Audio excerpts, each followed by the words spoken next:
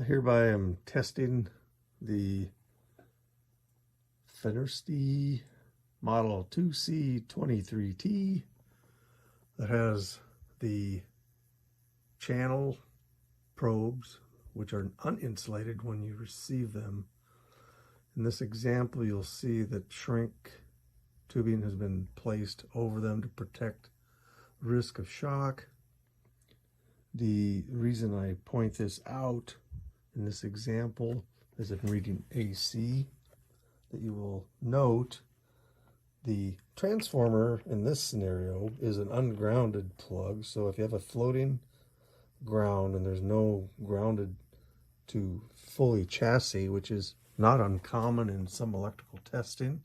An example would be if you're working on a solar panel, there is no actual ground to earth.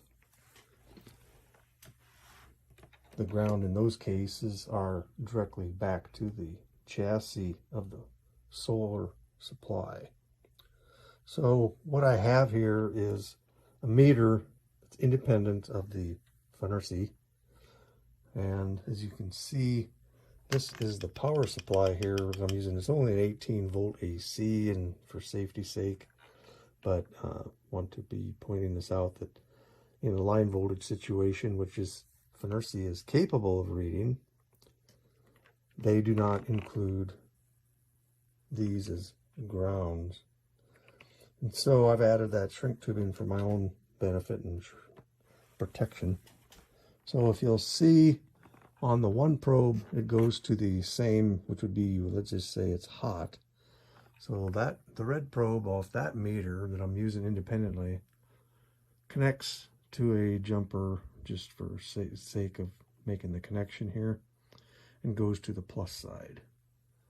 The meter, if you look at that, this meter, or the probe, if that was exposed, would be live.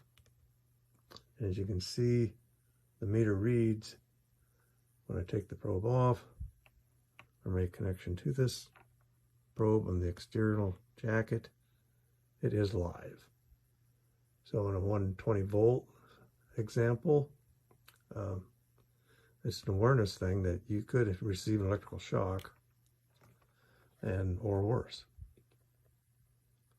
I hereby only show this because I feel it's necessary to include a statement in this, because when I asked Fnirsi, they say that they have a comment in there that's a little unknowingly hard to decipher, but they make a statement that it is covered in their verbiage. And I'll add that into this as a second photo to my attachment. That is in the manual. Thank you.